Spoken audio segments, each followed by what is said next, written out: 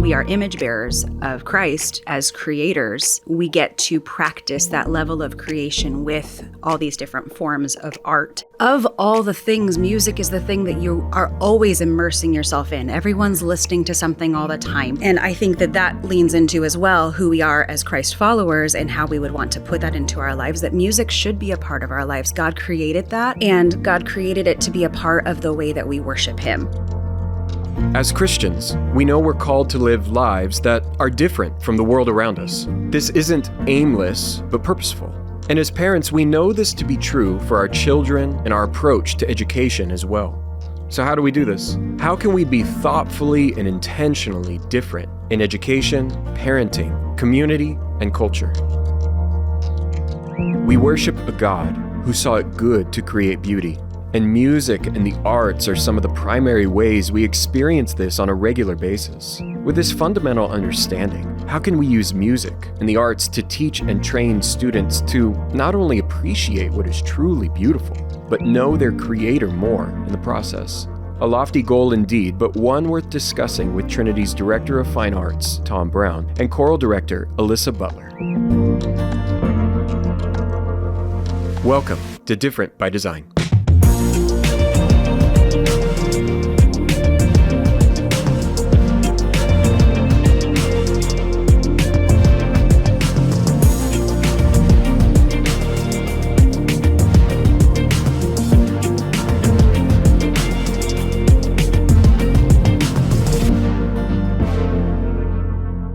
Welcome to Different by Design. I'm your host, Matt Dixon, and today's guests include Liz Caddo, of course, and we'll also be talking with Tom Brown, Trinity's Director of Fine Arts, and Elissa Butler, who leads Trinity's Rhetoric School Choral Ensemble. So guys, welcome. Thank you for joining us. Thank you for having us. Tom, I'm curious, before we kind of dive into it, can you tell us a little bit about your background, not just musically, but also just how you ended up here at Trinity? I know you've had kids that have gone through this type of education. Would you share that with us? Sure, yeah. Well, musically, I will start with musically. I started piano when I was 4. I started trombone at 7. And throughout all of that, I was singing, mostly in church.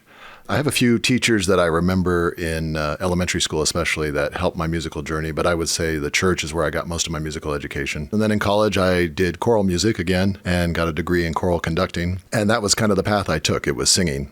And then when I got married and we started having kids, we were looking for a place for our education and ended up at Trinity, ended up at an information meeting and heard Mrs. Caddo and realized that this was the only place to be. And that was 20 years ago. That was my oldest daughter started kindergarten 20 years ago. And I have 3 kids. And my last one is in 11th grade and he'll graduate next year. So was that like a Lord willing, like that was that, yes. Yeah. My wife started as the music teacher before I was here. And then I started about 13 years ago as the fine arts director. And we've been here ever since. We've been blessed by that, Mr. Brown. And we've very loved much it. so. Yeah. Great. Well, thank you. And Elissa, I know you've been doing choral ensemble for a few years now. How'd you get roped in? This is year 7. Oh, wow. So more than a few. Yeah, a couple more than a few. Forgive me. No, I got roped in by the Browns. They asked me to join on board as the choral director. There had not been an upper school choir before. And so it was starting something from the ground up and just watching that excel. That's great. Well, thank you both for having this conversation. And I know, knowing both of you and knowing your heart, that music obviously is something that you're passionate about and something not only that you have grown up doing, but something that you care deeply about. And when we think about that in the context of not only from a classical Christian education, but even specifically at Trinity, I think we can note that for some educational models, music and the arts really go into the extra category where it's viewed as a nicety. It's viewed as something that, if we can get around to it, maybe that's something good for students to be exposed to in their educational process. So in that sense, it's not necessary, but it's nice to have if possible. Recently, we had a conversation with our athletics staff on one of our previous episodes where we talked about why students would participate in athletics, even if that wasn't something that they would go on to pursue professionally or with their lives or even in college. But they would do that because it shapes who they are. And I'm curious, I think that many view music and the arts probably in a similar fashion, but maybe on the opposite side, where they go, well, my kid might be a basketball star. But when it comes to music, they're not really worried about that as much. And so when we look at music and we look at the arts from a perspective of education, could you just talk about why that would be important? Why is that important here at Trinity? Why do all our students from a young age, why is music central to their education? Why is art central to their education? What does that look like when they get into logic and rhetoric school for them? And how does this shape them? How would you respond to that? So I guess I would push a little bit back on the sense of that they wouldn't be doing music. That's not a necessary thing for them moving forward, because of all the things, music is the thing that you are always immersing yourself in. Everyone's listening to something all the time. It's a big part of a lot of people's lives with the style of music they listen to when they're working in the garage, or all these different concepts of where music lives for us. But music in particular is something that at 45, you can learn a new instrument. You can pick it up and pursue excellence in learning a new instrument. Athletics a little harder. Athletics becomes a lot more difficult at that point. Yeah. I don't want to pick up a basketball and learn that right now. Yeah. But I could pursue a new instrument. I could join a choir in my 50s and sing. I could learn all of these new skills and pursue beauty and musical excellence all the way through my whole life. And I think that leans into as well who we are as Christ followers and how we would want to put that into our lives, that music should be a part of our lives. God created that, and God created it to be a part of the way that we worship him. And so when we are singing in our churches and our congregations, when we're a part of the music there, how can we encourage one another within the body of Christ with how we pursue music? Yeah, and I would say from a classical Christian point of view, every student here and all of us are created to be creative.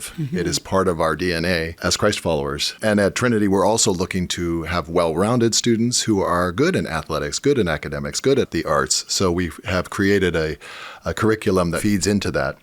And truth, goodness, and beauty, which of course is our paramount view of how we educate, is always apparent around us. These students are going to be listening to music their entire lives. They are going to be looking at beauty in an artistic way, whether it be nature or the things around them, the architecture or artwork that they see. And our job is to help them be good discerners of that artwork and of that music. It's going to be surrounding them, whether they choose to have outward expression of singing or playing an instrument or not. They will be surrounded by it. Well, and I appreciate what both of you are saying. And Dr. D, when you were saying at the beginning how most people think in schools it's just an extra. And it's so a part of our entire scope and sequence. And it's very intentional as to what our students will learn and do and accomplish for their whole person. Something that, like you were saying, Mrs. Butler, they can take with them their whole life. Tom, you mentioned the transcendence of truth, goodness, and beauty. I remember when I first started working at Trinity, we had Douglas Wilson come speak, and he was talking about this and how for students, oftentimes, truth and goodness are easy to determine as objective, right? We have truth, and we understand there is truth with a capital T, that there is a real truth. It's not just based on feelings. That there is goodness, there is a real right, there's a real wrong, and what is good, and God's word is clear on that. But oftentimes, it is through the lens of beauty, where in the arts, music and the arts, where this idea of subjective truth can creep in for students, can creep in really for any of us, because, well, as we've heard, beauty is in the eye of the beholder, right? So it becomes this subjective reality for them. How would you say, from a music and from an artistic standpoint, Trinity is holding fast to this idea of there is truth? Well, I would say that as far as music is concerned, one of the things that I didn't understand in my early education in the public school system was that music is mathematical, that there are numerical proportions to music. I'm only learning that as I'm teaching it.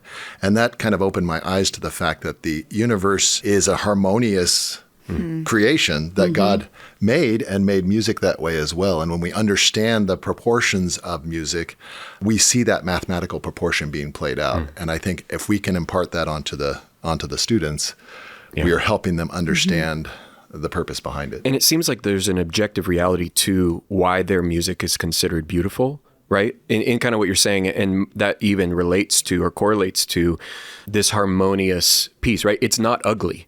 There's a reason that the Bach and the Mozart, their works have stood the test of time over centuries versus, I mean, there's been a lot of music that has been written over the last few hundred years, and there's a reason some works don't last, right? Absolutely, because there was such structure. Some of these composers, even the early ones, were certainly tormented emotionally, and they wrote that into their music, but they created it under the auspices of a structure that was already existent, whereas more current composers tend to focus more on the emotional side of music instead of following a structure and then incorporating that emotion into it. So if you fall too far on the emotional side, you're going to get that discordant kind of mess of a sound. Yeah. Well, we talk about in choir consonance versus dissonance. Consonance literally within the way that the vibration of a certain note lands with the vibration of another pitch and how that provides, you can feel it physically where things fall into consonance, and then you feel the tension of other notes, and that's the dissonance. Vibrations literally fighting each other. And the way that it's actually a very physical thing. When the choir suddenly comes together and everything locks in, they experience something not just in their ears in the way that they're hearing the sound, but they can feel it physically because they're producing those sounds. They're producing that vibration of that specific pitch, and how that's a very real way of looking at that beauty of sound, and how, you know, comparing some newer pieces where I do pull in newer pieces of, there's a lot of dissonance and things like that, but those moments that those dissonance push so hard into that moment of consonance, and everything just opens up and you just feel that breath open up with the beauty of that piece. Well, and Mrs. Butler, it was on Monday when we had chapel, and we were blessed to hear from Choral Ensemble, which, by the way, I just want to say I'm so excited by what you've done with the program, and again, how it's grown. And Monday morning, how so many of our rhetoric school students were a part of Choral Ensemble. But what you provided and the richness of beauty and just what you were talking about with the songs that you sang, our entire student body experiences that. Experiences that breath. And some appreciate it more than others, but they will come to more appreciation the more they experience, the more they hear, and they're changed by it. And that's what's happening. Yeah. And I would say, just because we were talking a lot about music, but we have the other aspects of our fine arts, the visual arts, the performing arts, and all of them follow that same idea of, especially in the visual arts where we talk about painters and sculptors and all those things, and it all falls into that same category of harmonious connection. Well, I love that we just very quickly and clearly, I know this is for both of you, your heart and your passion to get into the weeds. We could nerd out a little bit on music and why it's not only why it's important, but why it's important here and for education. But if we were to kind of take a step back a little bit, what would you say is the goal for a student who participates in music and the arts at Trinity? As we kind of started the conversation, if it's not necessarily that they're going to be a professional artist or musician, or even if that they're going to pursue that at the next level in what they do in college, why would you still say to a parent or to a student, you know what, you should embrace participation in the arts, in music, and in these things because of, as I've heard you say, how it shapes you?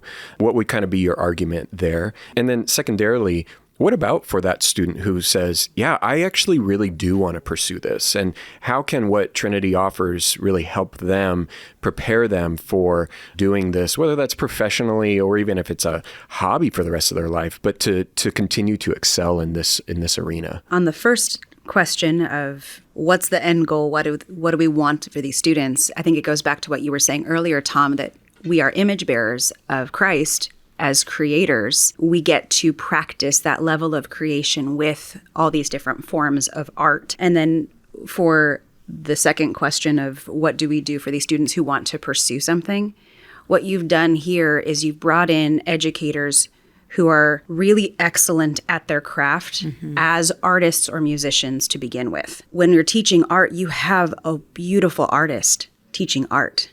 You have someone who excels at guitar teaching guitar. I love voice, and my experience is working in voice and professionally singing, and to push that now into my students and being able to perform. And Tom, you come in with the aspect of all of these different instruments that you've also been able to learn with your whole passion for music, and how that then gets to pour into these students. So you don't just have somebody who's ticked a box and said, I got a music education degree. You have somebody who's ticked that box, but also has gone in and pursued that specific variety of art with excellence. Going back to the well-rounded student, some of the exposure of the art and the music is also what they're learning in the classroom. So it is giving them that well-rounded historical context. If fourth graders are working on medieval history, they're learning medieval music. They're learning medieval art. They're getting the whole picture of what things were like at that time as well. And I would say we structure all three parts of our school, grammar, logic, and rhetoric, in a very clear way. That grammar is the exposure to those creative expressions, and then logic is learning the complexity of the effort and the composition or the artwork.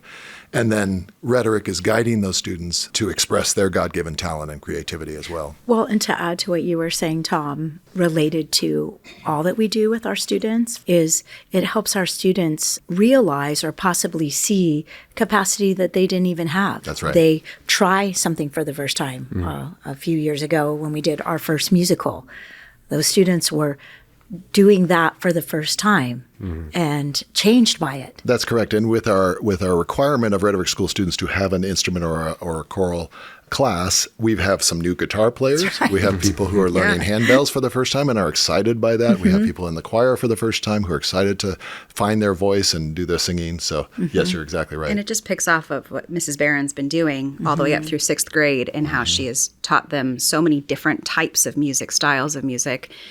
Like you're talking about different time periods and everything else. Exactly. And how that then allows them to pursue something further. Well, and we know, or I can promise you, that several of those students are doing it quite uncomfortably at first. Yeah. But they do it and then experience a joy from it again, and are changed by it. Yeah, and they're shaped. I think what's interesting, and I know we've had people come in and speak to this when we're talking about, Tom, as you mentioned, the well-rounded student. Oftentimes, for all of us, we have God-given gifts and abilities, and certain things are always going to be maybe a little easier for us in a variety of capacities. For a student who academics maybe just aren't very challenging for them, or others who are naturally athletic, well, pursuing something difficult in music and the arts can actually shape them in how do I approach this instrument or sing this song, and I'm now uncomfortable in a way that I never have been. It's very vulnerable to do this kind of art. I mean, I was saying this morning I was auditioning a solo for one of the songs that we're doing, and I figured I'd probably have about 5 or 6 students audition, and I believe I had about upwards of 15 students audition. They weren't all wonderful, but it was that moment where they put themselves out there in front of their peers, in front of me, to sing something, and it exposes them in that really vulnerable way to, is somebody going to hear me? Am I going to be ridiculed for this? And that is not an environment that we have in our choir. It's an environment where we are encouraging one another in those moments. If something's really, really hard, oh my gosh, great job. Thank you for doing that. We get to push each other in that way. And I talk about all the time in my class that you have to go all in for it to be good. We can't hold back. You can't hold yourself back vocally. You can't hold yourself back in the way that you're trying to only half do it because you'll protect yourself a little bit better. You have to go all the way in for us to really create the art the way that it was intended to be created. What you're saying is really reflective of our entire mission as we seek and hope for our children that they would live a life of virtue, wisdom, purpose, and courage. But courage captures really all of it. And what you're saying is encouraging. And was just speaking with a couple of our seniors recently, and they were auditioning for the drama department at the college that they will be attending. And I'm certain it's quite possible when they were in 9th grade, they weren't necessarily thinking that they would be doing those things. And that, again, is just an encouragement, I think a testament to our fine arts program and what we're doing at Trinity related to all of fine arts. Well, another example of that would be the jazz band. Yes. Because jazz is inherently improvisational. And one of the things that I'm trying to teach the band, which has about 13 students in it, is how to take a solo line. And that goes back to kind of what we were talking about, how about harmonic structure. You have a structure, but within that structure, you can be very creative with what you do with it. And I have a couple of students who will always take the solo, but then I have several who have refused to up to this point, and now they're starting to step forward and say, I want to try this. And we explain about chords and what you can play within that chord, and then they try it, and they do a great job. I think we've touched on this a little bit when you've talked about kind of the heart and the purpose and even some of the nuances of music and art here at Trinity. But I think on the surface level, many times people might look at a school and just see, oh, you have music, or, oh, you have art. But when it comes down to it, how would you say our approach to the fine arts, our approach to music and arts education would differ from, say, another school? You know, again, on the surface level, you might go to a website and it's, yeah, they have some music or they have some art. What would really differentiate what Trinity is not only doing, but trying to pursue comparatively? Well, I would say, first of all, we can bridge it all together throughout their whole journey. So it's not just elementary school and then they go to junior high. Not That's completely different. Yeah, exactly. True. And then in addition to that, we come at all aspects of our school through a biblical worldview. So that's what would make it different from obviously public schools, who are much more disjointed, much more grab and go, as opposed to us who have a very clear intentionality for each grade, each grammar, logic, and rhetoric school part of our school. Yeah. And on the whole, we have a purpose for what we're doing, and our purpose is not self-glorification, where when you're walking down the street, you have other schools who are going to be presenting beautiful music, wonderful things, but not with the same thought and heart and intentionality behind it when we're talking about to do everything to the glory of God. And if we're doing everything to the glory of God, whether we're singing a secular song or a sacred song, anything in that realm, why are we doing it? How can I do this with excellence? Because my excellence isn't coming for my own purpose. My excellence is coming because I would love to glorify the Lord with my excellence. And actually, the mission statement of fine arts feeds right into that, which is the mission of Trinity Fine Arts is to glorify God by developing the gifts and talents given by Him in order to produce young artists who love, appreciate, and create that which is true, good, and beautiful. Yeah, it's how we were even kind of talking about this beforehand. But Elissa, when you're talking about music and we were talking about some of these things, the reason that is objectively beautiful is because it reflects, or as close as possible, reflects a standard. And that standard is what God has set out to be beautiful in the first place. And so our students, hopefully, as we continue to shape them in this environment, but that they continue to understand that beautiful art and beautiful music, the reason it is beautiful is because we are striving as best we can to reflect our Creator and reflect what He has initially created. And then we get to be kind of creators in and of ourselves, in the sense of the music that we make or participate in, or the art or anything like that. And so again, I think to your point, there's a grander vision beyond self-glorification, music for music's sake. There's something more than that, right? Yeah, it gets to direct our hearts towards the right things. And not everything is, I would say, objectively beautiful. Sometimes we put pain and darkness into our art. We're singing a song this year that it's just saying what the darkness of the world is. It's saying this night and darkness and sadness. And then we get to follow that up with another song that says, praise be to the Lord. You know, the Lord be with you and His Spirit be with you. Amen. And we get to take that darkness that is true. There is darkness in our world, and we get to present that. And then we get to follow it up with, and truth is so real. It's right here.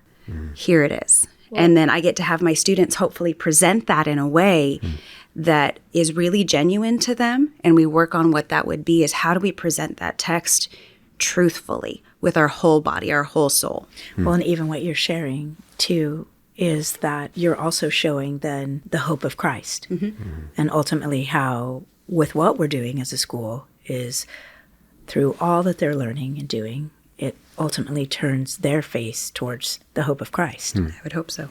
Yeah, and we better understand goodness when evil is present also, right? We understand the juxtaposition that's there, or like you said, the ugliness of the world and sin and evil and all of those things. And then when we compare that to beauty, it shapes us. Yeah.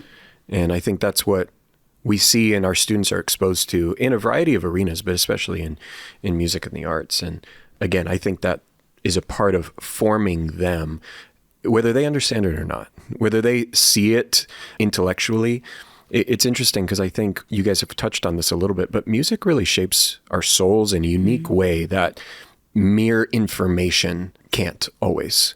It is attached to who we are as human beings in whole, and we're not just minds, but who we are in our emotions, in sadness and joy, and it speaks to that. I think for all of us, we can think of like a song that shaped us. Oh yeah, it stays with you. You can recite those same words again and again because that music still can play in your mind and it comes back to mind. Yeah, absolutely. Tom, you were touching on this just a little bit ago, but I think we have a unique opportunity to shape our students, TK, actually coming up next year, pre-K through 12th grade, to offer music and art at every level. But just from a practical standpoint, could you kind of walk through what that looks like at each level, just the opportunities and options and what our students go through for their fine arts education? Sure. Yeah. And the grammar stage, which would now include the pre-K, they're getting the musical facts. They're learning the theory. They're learning the history. They're learning about composers.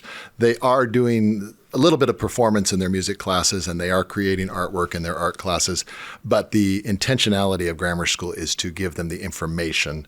And then when they get to the logic music, they are reviewing those facts that they learn in grammar school, but now they're providing a more in-depth study of the art of the music as they go through the wheel of electives. And then in rhetoric school, that's where they're really going to be developing their performance skills and how to be expressive through their music, through their art as they go through. And then in the rhetoric school, we have all of those electives that we've talked about before with instrumental music and theater and film and choral music and handbells and all of that. So there are a lot of options once they get to that ability to perform and express themselves. And then there's the conservatory. Conservatory is our private lesson arm of the school that provides lessons for mostly instrumental music, piano and strings and woodwinds and brass that can be done outside of the school day. After school. But it's great that it's still here on campus. It is here on campus. Yeah, makes it easy for parents sometimes. Exactly. Absolutely. Well, clearly we could spend a lot of time talking about music and the arts here at Trinity, and I'm grateful for your time, but also just for both of you, your heart for these things here at our school and what it does for our students and what it does for our families. But before we wrap up, I do just want to make sure that we could provide maybe some resources for those that want to dig a little deeper, that want to go further in pursuing and participating in music or the arts, whether that's obviously from a Christian perspective, but just maybe even why for someone that wants to do a little bit more.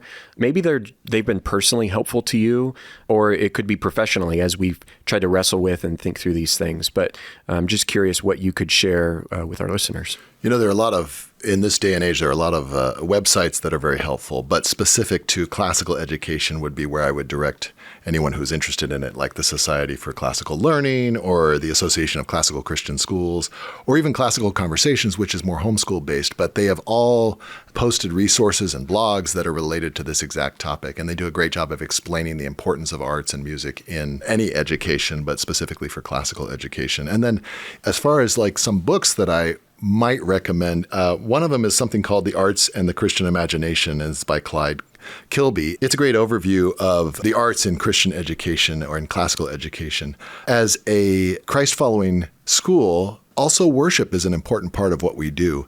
And I have found a couple of books that have been really great for that. One of that is Worship Matters by Bob Coughlin. And the other one is The Heart of the Artist by Rory Noland.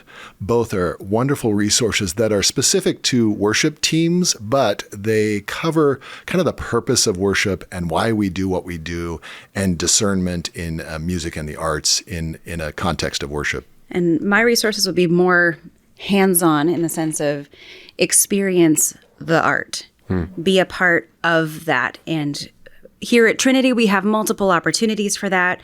Coming up the weekend of May 9th and 10th, we have Cinderella that we're presenting as our musical this year. We have on May 15th, we have our Spring Fine Arts concert where we will have our handbells, guitar, orchestra, jazz band, and choral presenting all of the works that they've been working on for the entire year.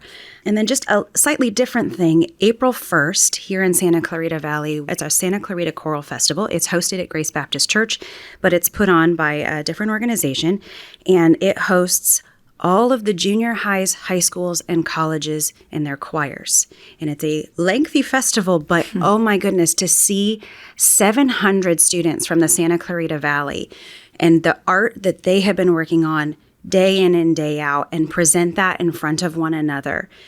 It's so unique to this valley that we have that many schools that are a part of the arts, and then that Trinity can now be a big part of that as well in presenting what we've been working on in front of all of our peers here in the Santa Clarita Valley. Just a really neat opportunity to be immersed in music. That's great.